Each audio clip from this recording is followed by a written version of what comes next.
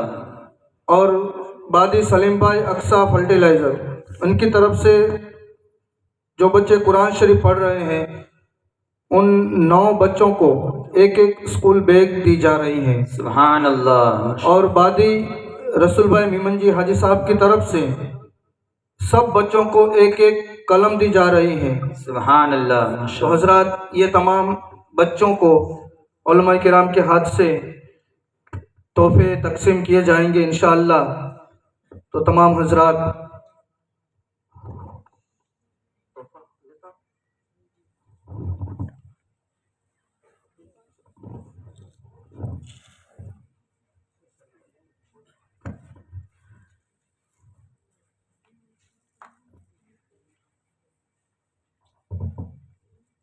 ہمارے گاؤں کے مدرسے جامعہ فاطمۃ الزہرا کے ناظم اعلیٰ مولانا عثمان صاحب کے ہاتھ سے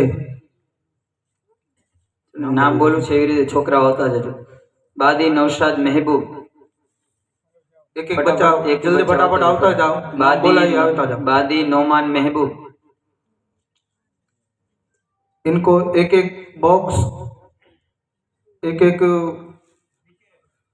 اسکول بیگ اور لنچ باکس اور ایک واٹر بیگ دی جا رہی ہیں۔ اجمل اقبال، عزیز احمد محمد الیاس، فٹافٹ آتا جاؤ۔ ذوالقرنین علی اکبر.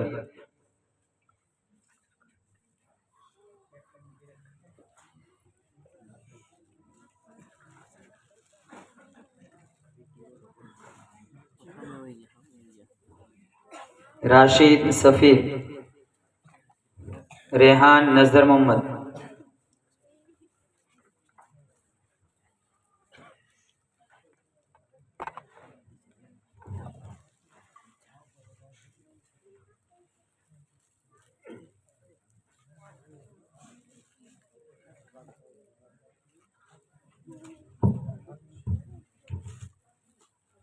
حضرت کھڑے ہو جائیے، سب کے ہاتھوں سے مبارک ہاتھوں سے تحفہ دیا جائے۔ ابھی سب آئیے، ابھی سب سنابل غلام. حضرت کھڑے ہو جائیے۔ وقاص اختر رضا، فٹافٹ جلدی آتے جاؤ۔ ہاشم اقبال. مدثر رفاقت. ایان حنیف.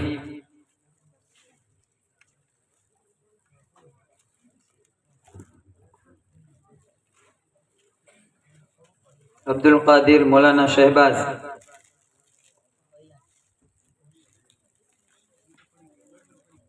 حفیظ غلام. ہاشم علی اصغر. جیشان محمد حسین. بلال الطاف.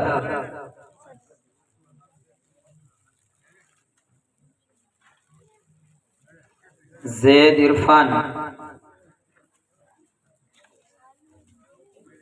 شان اظہر الدین. نقیب ظاہر.